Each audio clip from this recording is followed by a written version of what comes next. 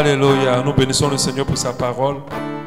Alléluia. Merci Seigneur pour ta grâce en ce lieu.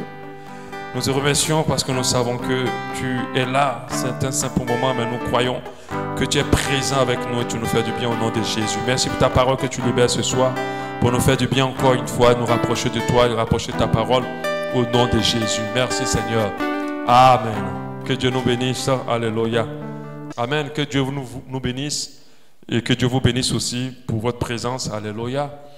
Nous bénissons le Seigneur aussi pour la force que nous donne de jeûner. J'espère que vous avez cette capacité. Parce que le temps de jeûne nous rapproche de Dieu et nous permet de mieux comprendre vraiment notre Dieu. Alléluia. Amen. Aujourd'hui, nous sommes à notre deuxième jour de jeûne. Demain, c'est le dernier. Pour consacrer notre mois d'octobre afin que la grâce et la faveur de Dieu demeurent sur notre mois. Alléluia. Amen. Je nous encourage pour ceux qui ont commencé de pouvoir aller jusqu'au bout. Pour ceux qui n'ont pas pu faire les 2 jours, qui ont sauté un jour, de continuer, de finir. Parce que la Bible dit que la fin d'une chose vaut mieux que son commencement. Donc Dieu est aussi à la fin. On a vu les ouvriers de la dernière heure dans la parole de Dieu. Non, ne te dis pas comme je n'ai pas commencé, je vais arrêter là. Je ne vais pas essayer, je vais attendre le prochain. Non, fais le dernier jour qui reste. Et Dieu te bénira aussi avec nous qui avons fait les 3 jours. Alléluia. J'étais en train d'enseigner sur un message qu'on appelle l'erreur d'Ésaü. Alléluia. Un message qu'on appelle l'erreur d'Ésaü, céder sa bénédiction. L'erreur d'Ésaü, céder sa bénédiction. C'est un message que j'ai commencé jeudi passé, jeudi surpassé. Ça fait 2 jeudis que j'ai pu commencer. Et je vais pouvoir continuer aujourd'hui. Je pense que même si tu n'étais pas là les 2 jours, le résumé que je vais faire va te permettre de comprendre ce que Dieu a voulu m'expliquer. Alléluia. L'erreur d'Ésaü, céder sa bénédiction. Ésaü était un fils de Jacob, il était le jumeau un fils plutôt d'Isaac, il était le jumeau de Jacob. Alléluia. Et les 2 se ressemblaient comme 2 gouttes d'eau, sauf que Ésaü était plus velu que Jacob et Ésaü était un chasseur, je crois, selon qu'on a lu. Alléluia. Il était plus velu que son frère Jacob. Amen. Maintenant, Isaac, leur père, avant de mourir, devait bénir quelqu'un. Et Ésaü, auparavant, avait cédé son droit d'aînesse à Jacob parce qu'il voulait manger une nourriture que Jacob avait préparée. Et Jacob dit, pour te donner cette nourriture, donne-moi ton droit d'aînesse. Et Ésaü a dit, bon, si ce n'est que le droit d'aînesse, vas-y, prends. De toute façon, ma vie, elle va s'abréger bientôt. Mais Ésaü ne savait pas qu'il avait fait une grosse erreur. Parce qu'à la fin, Isaac, qui devait bénir Ésaü pour lui donner toute la grâce et la bénédiction d'Abraham, d'Israël, ainsi de suite, a finalement béni Jacob. Et je ne vais pas expliquer les détails, nous savons, c'est dans la Bible. Comment il est arrivé à bénir, c'est dans Genèse 25, vous lisez, vous saurez. Et il a béni finalement Jacob au lieu de bénir Ésaü.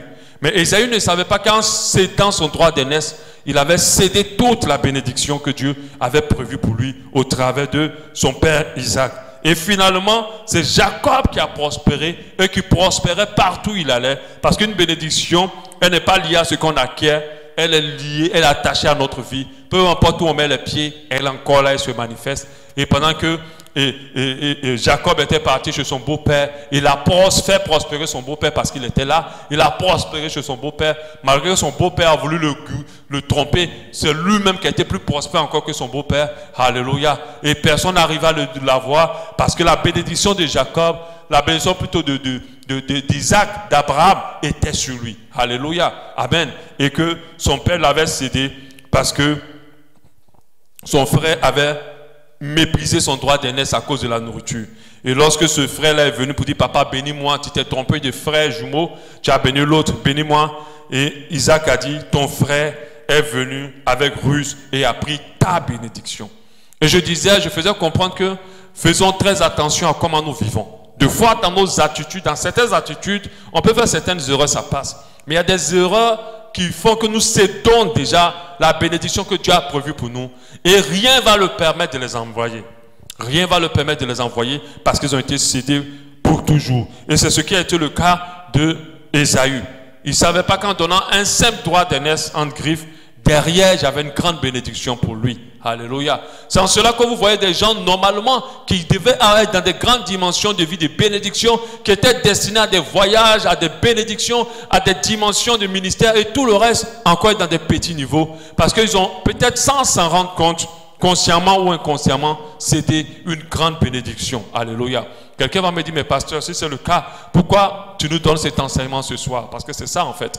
C'est un message qui te dit, alors donc il n'y a plus rien, je comprends ma situation, pourquoi les choses ne se passent pas comme Dieu me l'a dit, comme des prophètes me l'ont déjà dit, comme des personnes l'ont déjà ressenti, comme moi-même je l'ai rêvé, pourquoi ça ne se passe pas comme ça? J'aimerais te dire une chose, ces erreurs-là non seulement peuvent annuler ta bénédiction à jamais, mais certaines des erreurs peuvent prolonger le temps de ta bénédiction. Et je pense que pour la majorité des personnes qui souffrent, c'est le prolongement. Alléluia. Parce que notre Dieu est miséricorde.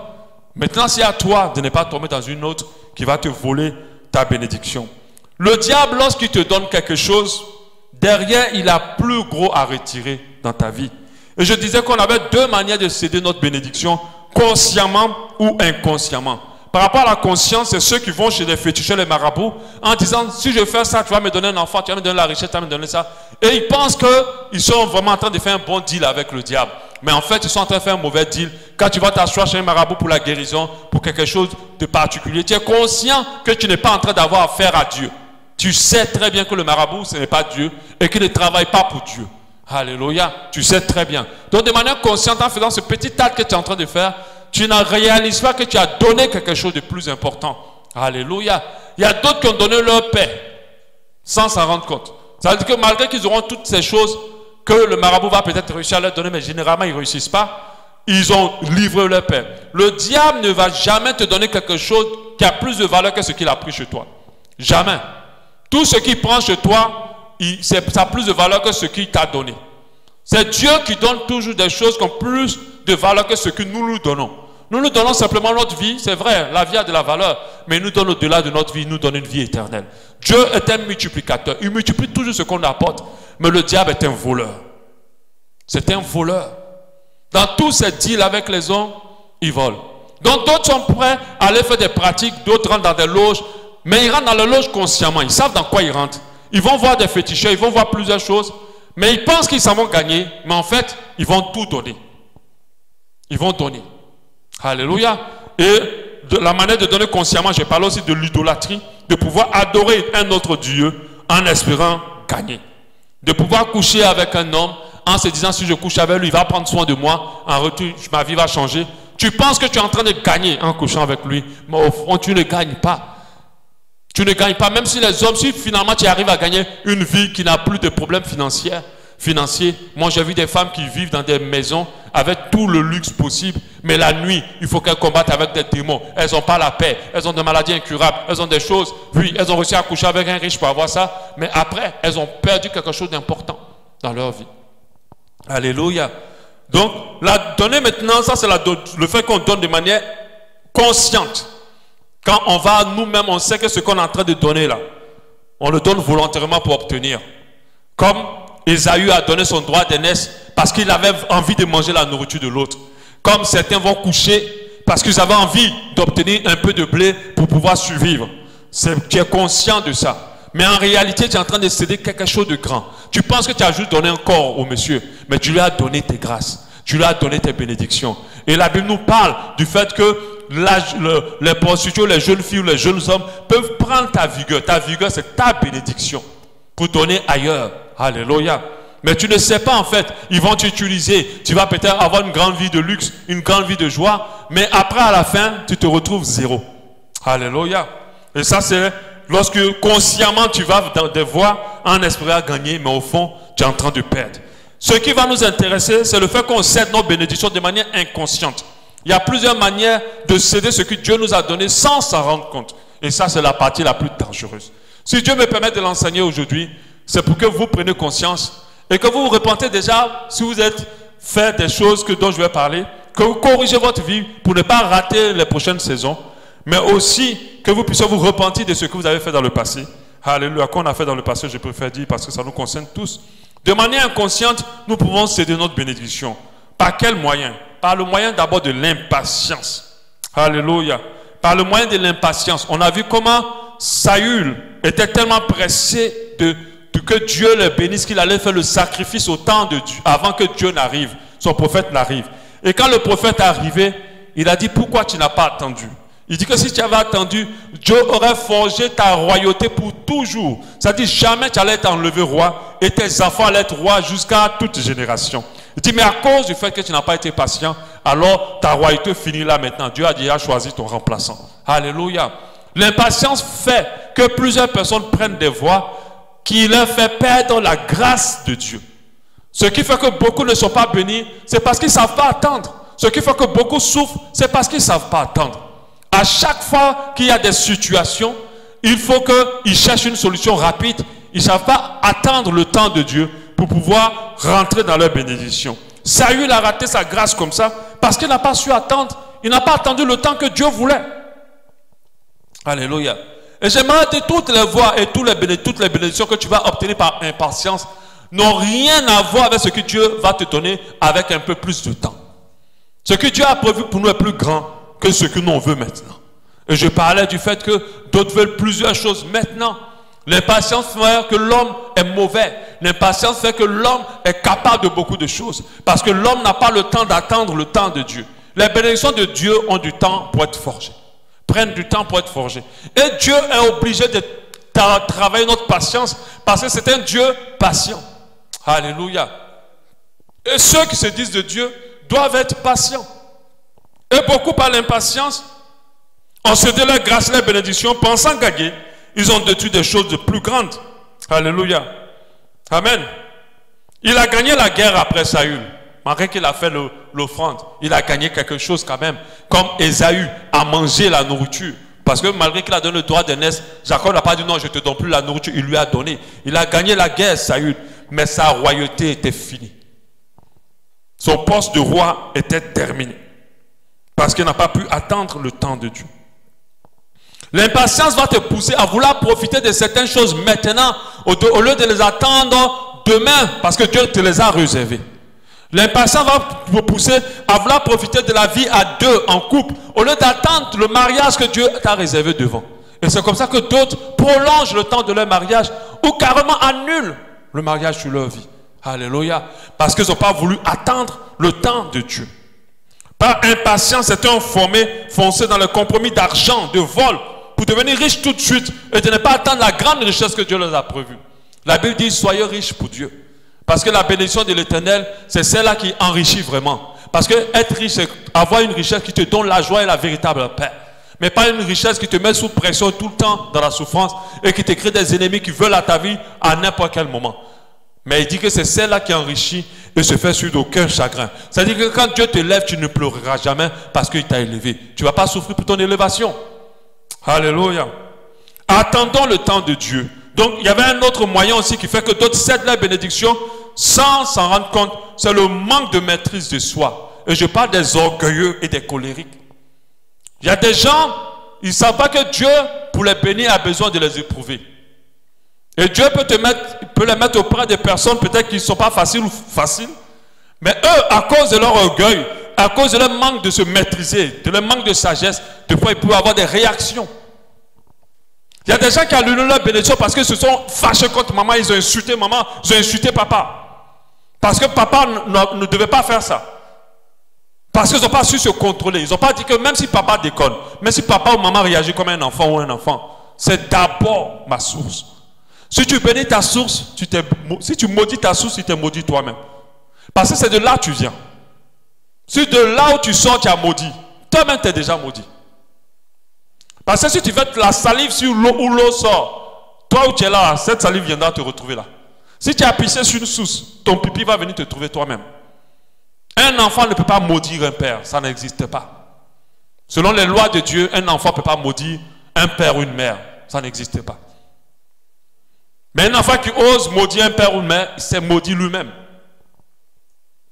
Donc il faut apprendre à te maîtriser, apprendre le contrôle. Dieu t'a mis dans un endroit où on te prouve, on te bouscule, on te tue. Maîtrise-toi.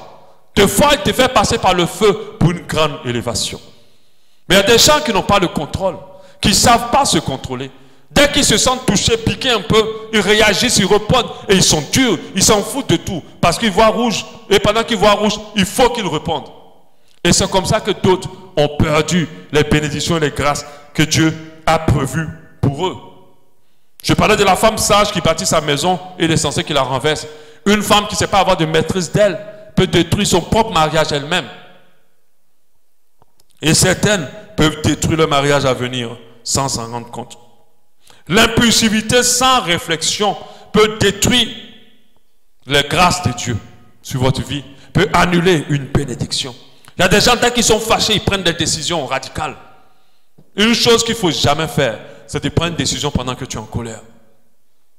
Ils prennent des décisions radicales, ils ruminent dans leur tête, ils prennent ils se disent oui, ça j'ai raison, oui, et puis ils prennent des décisions. Mais ils pensent, s'ils voyaient dans le spirituel, ils allaient se rendre compte qu'ils sont en train de quitter le chemin dans lequel Dieu avait prévu une grande bénédiction pour lui. Le verset qu'on aime citer, le verset célèbre, quand je marche dans l'ombre de la vallée de la mort. Alléluia, je n'écris aucun mal, ta houlette, ton bâton me rassure. Après, on parle d'une table de rester devant tes ennemis. Mais pour atteindre la table, il faut passer dans l'ombre de la vallée de la mort. Mais d'autres, dans cette ombre de la vallée de la mort, ils n'ont pas le temps de continuer. Ils sortent. Les gens pensent que c'est là où c'est difficile que Dieu n'est pas. Je vais vous dire qu'en réalité, Dieu est beaucoup là où c'est compliqué. Alléluia. Et ils se retirent pendant qu'ils n'ont pas compris que Dieu est là. Parce qu'ils sont impulsifs. Ils ne supportent pas les réactions. Ils ne supportent pas les pressions. Donc faisons attention. Avant de parler, réfléchissons. Avant de réagir, réfléchissons. Avant d'exprimer notre colère, réfléchissons. Ayons la maîtrise de nous-mêmes. Et nous allons pouvoir ne pas rater nos bénédictions. Celui qui réagit avec sagesse rentre à plusieurs bénédictions que Dieu a prévues pour lui. Alléluia. Et certains n'ont pas pu. Partout où ils vont, ils ont des problèmes. Et par leur orgueil, ils vont toujours dire, c'est les gens qui me jalousent. C'est les gens qui ont des problèmes avec moi. C'est les gens qui ne me comprennent pas. J'ai eu toujours raison. Mais en fait, c'est toi le problème. Tu as un problème de te maîtriser. C'est toi le problème. Tu ne sais pas prendre le contrôle de tes émotions. Et tu réagis n'importe comment. Et tu es insensé. Le caractéristique de l'insensé, c'est quelqu'un qui est impulsif. C'est quelqu'un qui prend pas le temps de réfléchir. C'est ça un insensé. Le caractéristique de l'insensé, c'est quelqu'un qui agit du tic au tac. Et des fois, ces gens de personnes détruisent beaucoup de bénédictions dans leur vie. Alléluia. Ce que tu dois retenir, il n'y a pas un endroit où Dieu veut te faire prospérer sans te passer d'abord par une épreuve. Alléluia. C'est ça le truc de Dieu. C'est ça, c'est comme ça qu'il fonctionne. Alléluia. Amen. La Bible nous dit en Jacques 4:10, humiliez-vous devant le Seigneur et il vous élèvera. Humiliez-vous devant le Seigneur et il vous élèvera. Donc, dans plusieurs situations, il faut apprendre à s'humilier. Le troisième point qui nous permet des fois de céder nos bénédictions sans nous en rendre compte, ce sont les murmures et les plaintes. Le fait qu'on ouvre la bouche pour se plaindre seulement. On peut se plaindre des hommes, ça peut aller. On peut se plaindre devant les gens pour dire, oui, tu ne m'as pas répondu, si tu ne m'as pas fait ça, tu m'as fait ça qui m'a blessé, oui, il n'y a pas de problème. Mais ne vous plaignez jamais de Dieu et surtout pas des choses que Dieu vous a données. Personne ne choisit ses parents. Ne t'amuse pas à te plaindre de tes parents. Personne ne choisit certaines choses que Dieu t'a accordées. Ne t'amuse pas à te plaindre de ces choses-là. Mais quand tu passes ton temps à te plaindre des choses que Dieu lui-même a choisies pour te donner, ou bien des choses qui ont été une bénédiction pour toi un jour, et puis aujourd'hui tu es en train de te plaindre parce que ça ne continue pas à te bénir comme avant. Ton mari ou ta femme, quand tu commences à te plaindre d'eux, tu es en train de créer des problèmes. Parce que s'il y a une chose que crée la colère en Dieu, c'est les plaintes et les murmures. Dieu ne supporte pas du tout les gens qui ne savent pas avoir une bouche de louange, même quand les situations sont difficiles. Dieu ne supporte pas. Si tu veux plomber les grâces de Dieu sur ta vie, continue à te plaindre. Continue à murmurer. Les choses aujourd'hui que tu méprises et que tu vois comme rien, c'était des choses que lorsque tu as eu, tu étais content, tu étais heureux, tu étais heureuse. Mais aujourd'hui, pour toi, ce sont des problèmes. Ah oui, tu as maintenant changé, tu n'es plus comme avant. Voilà, avant tu étais ci, avant tu étais ça. Mais pourquoi tu te plains? Et Dieu n'aime pas les plaintes. Le peuple juif était passé pour faire 40 jours dans le désert. À cause des plaintes, il est passé à 40 ans. Et tu as dit, aucun de ceux que j'ai sortis d'Égypte ne pourra aller pour la terre promise. Aucun. Donc il a pris 40 ans pour que tous meurent d'abord. C'est leur fils qui l'a fait rentrer. Il y a des grâces que Dieu prévoit sur la vie de certaines personnes. Mais à cause de leur comportement de plainte, Dieu l'a réservé pour tes enfants. Mais au nom de Jésus, j'espère que ce n'est pas ton cas et je le crois. Alléluia. Amen. Ça veut dire, à partir d'aujourd'hui, il faut que nos bouches soient des bouches de louange. Arrêtons de nous plaindre. Arrêtons de nous plaindre. Tu viens dans une église, l'église a été une bénédiction pour toi. Tu as écouté des enseignements qui t'ont fait du bien. Et puis un jour, tu commences à te plaindre de cette église. Tu commences à dire des choses. C'est toi mettant tes yeux s'ouvrent pour voir certaines choses. Mais tu ne comprends pas que tu es en train de fermer la porte de Dieu sur toi. Faisons attention. Ne nous plaignons pas. Ne murmurons pas. Le murmure crée des murs dans notre avancée. Les murmures créent des murs dans notre avancée. Alléluia. On a vu comment Joseph a réagi quand Potiphar et sa femme l'ont accusé. Il s'est plaint chez personne. On a vu comment Jésus a réagi plutôt quand on a commencé à l'accuser des choses qu'il n'a pas fait. Il n'a pas parlé, il ne s'est pas plaint. Il a accepté. Parce qu'il a compris que celui qui se rabaisse, Dieu l'élève. Le nom au-dessus de tout nom. Si il avait osé répondre à ces personnes en se plaignant, en murmurant, il partait à chaque fois auprès de son Dieu et il pleurait, il priait là-bas. Mais il ne se plaignait jamais.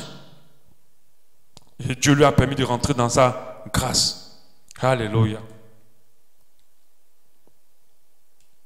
La Bible nous encourage à supporter un peu d'injustice. Il y a des gens qui ne supportent pas. Il ne faut pas leur faire une injustice. Ah là, tu les rends rouges. Oui, les injustices, nous allons les vivre. Mais ne nous plaignons pas. Louons Dieu et avançons. Tous ceux que nous font du mal injustement vont payer leur mal. Si nous réagissons comme Dieu veut que nous réagissions. Sans nous plaindre et sans souhaiter secrètement dans notre cœur que Dieu leur fasse du mal. Alléluia. Voilà. Et là, c'était à ce niveau qu'on était le jeudi passé. On va continuer avec le nouveau. Le nouveau aujourd'hui, qu'est-ce qui nous permet de céder nos bénédictions sans nous en rendre compte? Il y a l'incontinence concernant nos envies et nos désirs. Le fait qu'on n'arrive pas à avoir le contrôle sur nos envies et sur nos désirs. C'est une erreur qui a annulé tellement de grâce dans les vies et détruit tellement de destinées. Si tu n'as pas la capacité de mettre un frein à tes envies et à tes désirs, tu risques d'avoir un problème. Quand vous lisez dans la Bible, plusieurs serviteurs de Dieu puissants, à cause de leur libido, l'envie de coucher avec des femmes, ont eu des gros problèmes. Ont eu des gros problèmes. On a le cas déjà de David. Il allait jusqu'à tuer la femme d'autrui à cause de coucher avec elle. Et à cause de ça, David était l'homme selon le cœur de Dieu. Des fois, les gens se disent que ça veut dire que David était parfait. C'est faux. C'est pas ce que ça veut dire. David était un grand adorateur, c'est pour ça qu'il était l'homme. C'est faux, c'est pas ce que ça veut dire. En fait, quand le peuple juif a demandé un roi, Dieu leur a donné un roi selon leur cœur, qui s'appelle Saül. Et Saül était beau, grand. Il avait une carrure de roi. Il ressemblait à un roi. Il était un grand soldat. Et ça n'a pas marché. Et Dieu a dit, moi je vais leur donner un homme selon mon choix. C'est ce que ça veut dire. L'homme selon le cœur de Dieu, ça veut dire l'homme selon mon choix. Au début, il a donné le choix des Juifs. Maintenant, il a pris lui-même son choix. C'est pour ça que David était l'homme selon son cœur. Ça ne veut pas dire que David était parfait. La preuve, quand il a fait cette petite erreur, non seulement l'enfant est mort, une bénédiction annulée à l'instant, mais en plus de ça, sa famille n'a plus été stable. Son propre fils voulait le tuer pour prendre sa place. Mais ce n'était pas ce qui devait arriver. À cause de cette erreur-là, lui qui devait construire le temple de Dieu, ce n'est plus lui qui a construit, c'est son propre fils. Et beaucoup de choses, la vie de David après cette situation n'était plus calme. À cause d'une simple envie. Alléluia. Regardez encore pire, celle de Samson. Samson, qu'est-ce qui l'a retiré toute la grâce? L'envie. Désir. Avoir une belle femme dans ses bras. Pendant qu'il était en train d'aller avec cette femme, il ne savait pas qu'il livrait toute son onction et sa puissance. Des fois, vous ne comprenez pas qu'il y a des choses qui se font d'abord dans le spirituel, mais qui se matérialisent physiquement autrement. Autrement, il fallait couper ses cheveux. Mais dans le spirituel, tout était déjà livré. Parce qu'il avait commis une erreur. Il a suivi les désirs charnels. Faisons attention, car nos envies et nos désirs peuvent nous pousser à céder nos bénédictions sans que nous nous rendons compte. Certaines personnes, à cause d'avoir cédé à toutes sortes d'envies, ont perdu selon les bénédictions spirituelles dans le lieu céleste, ont tout perdu ce que Dieu a prévu pour eux. Elles seront sauvées, mais avec beaucoup de souffrance sur la terre. Parce qu'elles ne sont pas sûres se contenir et se retenir. Dieu est passé à autre chose. Dieu peut vomir même certains à cause du fait qu'elles n'ont pas contenu. Elles ne se sont pas contenues. Alléluia. Samson, à cause d'une femme et d'une envie, il a libéré la puissance que Dieu lui a donnée depuis l'enfance. Il est fini un peu mal. Parce que même s'il a tué ses ennemis, il est mort avec eux. Mais ce n'était pas ça le programme de Dieu. Si c'était contenu et qu'il avait écouté ses parents qui ont dit, prends une fille parmi nous, prends une femme parmi notre peuple. Mais il a vu la belle Philistine et c'est celle-là qu'il voulait. Et ça a détruit. Elle a rongé toute la puissance que Dieu lui avait donnée. Regardons nos envies avec crainte. Regardons nos envies et nos désirs avec crainte. On va se dire un petit temps de plaisir, mais nous ne savons pas ce que nous cédons. Regardons nos envies avec crainte. Ne cédons surtout pas de peur de livrer le peu, pour peu de temps de plaisir plutôt, et de bonheur, un bien grand avenir pour nous. Regardez ce que la Bible dit en parlant de livrer ses bénédictions. Il parle de vigueur. La vigueur, c'est la bénédiction que Dieu a mis en toi. Proverbe 31, 2. C'est un père qui conseille son fils. Il dit, que te dirais-je mon fils? Que te dirais-je, fils de mes entrailles? Que te dirais-je mon fils, objet de mes vœux? Ne livre pas ta vigueur aux femmes et tes voix à celles qui perdent les rois. Combien de rois, de princes, de dictateurs ont été tués à cause d'une envie, à cause d'une femme? Même Hitler, il paraîtrait que c'est la femme qu'il était avec elle, au travers d'elle qu'ils ont réussi à la voir. Combien de rois sont tombés à cause d'une envie? C'est pour cela que l'une des armes les plus puissantes que le diable utilise contre toi, contre ma vie, contre nos vies, c'est les envies. C'est les envies. Tu vois la jeune fille venir tourner autour du pasteur, elle tourne, le pasteur pense que c'est juste un petit plaisir qu'il va cacher, mais elle a puisé toute l'onction, elle a puisé tout le ministère. Je vous dis, tout ce que Dieu nous demande, c'est pour notre bien. Ce n'est pas juste pour l'honorer, c'est d'abord pour notre bien. Quand je dis à un enfant, ne monte pas sur la table pour sauter, ce n'est pas d'abord pour m'honorer, c'est pour sa suivi, c'est pour ne pas qu'il meure. Maintenant, s'il me respecte, il m'honore. S'il respecte ce que j'ai dit, il m'a honoré, il a honoré ma parole. Le nombre de princes et de rois qui sont tombés par plaisir, énormément. Et le diable, il sait. Et il travaille dans ce côté. Dans le monde, dans l'église, partout, dans tous les lieux, il a des agents. C'est pour ça qu'un enfant de Dieu n'a pas besoin qu'on le surveille. Lui-même, il connaît l'enjeu des choses. Et il ne s'amuse pas à rentrer dans des choses. Si on te surveille encore, mon frère et ma soeur, il faut te revoir. Parce que si tu ne réalises pas la dangerosité du monde spirituel, vas-y. Après, on se met à dire que Dieu ne m'a pas béni. Après, on va dans les églises céder beaucoup d'argent pour qu'on puisse être béni.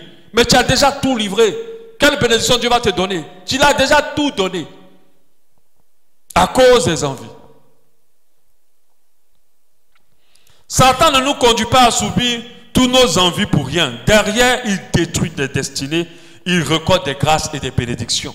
Derrière le fait que tu cèdes à des envies, il détruit des destinées. Il récolte des grâces et des bénédictions. Des fois, Dieu vient vers quelqu'un, il lui dit c'est le nouveau départ. Et la personne dit oui Seigneur, je laisse tout pour te suivre. Et je vais marcher maintenant avec toi. Et Dieu dit voilà, c'est bien. Alors je restaure les bénédictions que j'ai pour toi. Et la personne dans cette petite marche encore va retourner dans ses envies. Dans cette petite marche va encore se jeter dans les désirs. Et c'est en ce moment-là que les choses se gâtent pour toujours généralement. Ou que les choses s'éloignent vraiment très très loin. Et qu'il nous faut beaucoup de patience pour rentrer dans ce que Dieu a prévu. Alléluia. Amen. Donc nous ne pouvons pas céder à des envies. L'adultère est un canal comment ça? Un canal que le diable prend pour dérober les grâces. L'impudicité est un canal que le diable prend pour dérober les grâces et les bénédictions. Pour les voler. Mais d'autres se disent, d'autres ne savent pas. Et quand on parle de grâce, les gens pensent que c'est seulement l'argent. Ta santé est une grâce. D'autres ne savent pas que le fait d'être en santé comme ça, vous n'avez pas vu de vrais malades auprès de vous. Certains, oui. Ils savent ce que c'est que la valeur d'être en bonne santé. Mais le diable va utiliser ces petits trucs-là que vous allez trouver peut-être banals. Mais c'est grave. Quand une fille te tourne autour, elle est méchante. Parce qu'elle veut te créer des problèmes. Quand un gars te dit, ma soeur, viens, je vais te donner 300 000 pour m'occuper de toi, il est mauvais. Il veut te détruire. Des fois consciemment, mais des fois inconsciemment. Parce qu'il y a des agents clairs qui sont là pour détruire les gens. Qui sont là pour détruire des personnes qui veulent se consacrer à Dieu et détruire leur vie. Ce n'est pas aujourd'hui que le diable dérobe les grâces avec les envies. Il le fait depuis. Les envies de succès, les envies de réussite, les envies de nourriture et tout le reste. Il y a des gens qui ont empoisonnés parce qu'ils n'ont pas pu se contenir par rapport à manger. Faisons attention. Attention. On va prendre un autre élément et puis les autres, s'il plaît à Dieu, on verra ça jeudi prochain. On est encore là jeudi prochain. Parce que c'est un message. Attends, je vois s'il y a trop, s'il n'y a pas trop. Oui, on est encore là jeudi prochain. Parce que celui, je ne peux pas terminer ça rapidement. Il faut bien expliquer. Le dernier qu'on va voir, c'est l'ignorance. Je me rappelle, lorsque nous étions petits, on faisait ça à nos petits frères. En leur disant que le 25 à l'époque en Côte d'Ivoire c'était une grosse pièce et les 100 francs étaient tout petits. Et on disait non, pas en gros l'argent, donne-moi petit l'argent. Et l'enfant était content, oh gros l'argent. Et la petite soeur, le petit frère prenait le 25 en disant oui, j'ai beaucoup d'argent. Mais en fait, c'est pas que, en fait, tu l'as eu. Et triplement eu. Parce que 100 francs c'est 3 fois encore plus gros que 25. Et d'autres par ignorance, sans le savoir, on cédé quelque chose d'important. Lorsque Satan présente à Jésus tous les royaumes et leur gloire, heureusement que Jésus n'était pas ignorant. Et beaucoup de personnes à qui Satan a présenté le royaume et leur gloire, la vie de luxe, la vie de bonheur, la vie de... Quand ils ont regardé ça, ils se sont dit, Seigneur, tu m'as béni. Alors que Dieu n'était pas dedans. Jésus n'était pas ignorant. Il savait que ça là, Satan, c'est un menteur déjà. Il ne faut pas faire un contrat avec un menteur. Parce que tout ce qu'il va te promettre là, il va revenir là-dessus. Tous ceux qui font pacte avec Satan, il va finir par les avoir. Et tu vas te plaindre chez qui? Chez Dieu. C'est lui qui t'a envoyé. Parce que la seule personne qui peut écouter, que Satan peut écouter, c'est Dieu. Tu ne peux pas aller te plaindre chez Dieu. Ce n'est pas lui qui t'a envoyé. Et quand il a demandé à Jésus, il a demandé quelque chose de très simple à Jésus. Il dit, tu m'adores juste. Il dit, tu m'adores. Il n'a même pas demandé quelque chose de grand. Oh, viens, tu couches juste avec moi. C'est juste une fois. Juste ça. Ou bien, même pas coucher. Il ne va même pas demander quelque chose d'aussi loin. Il va dire, non, viens juste m'accompagner. À tel restaurant, on va juste manger. C'est juste ça. Là, après ça, je vais te donner quelque chose. Et comme tu vois tous tes problèmes, d'ailleurs, ton loyer, tes bailleurs qui t'appellent toute la nuit pour demander mon loyer. Et quand tu regardes ça, tu te dis, ah, l'affaire là. Il m'a dit seulement d'aller juste manger. Mon frère, dans juste ma soeur, dans juste manger là, tu vas céder quelque chose. Alléluia. Toi-même, tu connais les intentions du gars. Même quand il te regarde comme ça, ses yeux là, tu vois ce qu'il y a dedans. Tu sais ce qu'il veut. Juste manger ou manger, manger. Après, tu es en train de te rouler dans les draps d'un hôtel. Or, tu allais juste manger. Parce que la main qui reçoit est l'esclave de celle qui donne. Ce que tu ne comprends pas, que c'est un motus spirituel. Tu prends quelque chose de quelqu'un, il a un pouvoir sur toi. Tu ne vas même pas te rendre compte, ce que tu ne voulais pas faire, tu vas faire. C'est pour ça que n'aimez pas la facilité de recevoir. Ayez la facilité de donner, parce qu'on s'enrichit en donnant. Alléluia. Quelqu'un t'invite pour manger, tu ne sais pas s'il a donné ou de pas être ton transport. Tu pars. Oh non, tiens, non, c'est bon, j'ai mon transport. Jusqu'à ce que les choses soient claires. Alléluia. Tant que ce n'est pas clair, ne t'amuse pas. Parce que l'argent est un canal puissant de dérobation. Je ne sais pas si ça se dit. Pour dérober une bénédiction. Je me rappelle une fois, ma femme avait pris un chèque de 150 000 avec quelqu'un. Elle a failli mourir à la route. Elle partait, je lui ai dit, je ne veux pas. Je ne suis pas très d'accord, le gars, je ne le sens pas. Oh non, c'est juste un parent lointain. Ah, j'ai dit, je ne le sens pas. Et qu'elle est partie. Elle a failli mourir à la route. Le chèque, là, mais elle n'allait même pas toucher ça. Mais elle ne savait pas qu'elle venait de prendre quelque chose, sa vie. Elle venait de donner sa vie à quelqu'un. Mais comme Dieu était avec elle, il n'a pas permis. Alléluia. Mais des fois, Dieu ne fait rien. Parce qu'il va te parler. Comme il a fait à Balaam, il a dit, ne va pas maudire le peuple. Et Balaam est quand même allé. Il a failli mourir en route. Alléluia. Donc, il a présenté, mais Jésus a vu clair dans son business. Jésus sait que lui, là, c'est un menteur. Il ne va pas me donner tous les royaumes. Et puis, de toute façon, moi, ce qui m'attend, c'est le nom au-dessus de tout nom. Donc, tous les royaumes seront entre mes mains. Pourquoi je vais laisser ça pour prendre une petite bénédiction? Il n'a pas demandé quelque chose de difficile. Il a dit, adore-moi seulement. Il y a des gens qui cèdent à cela.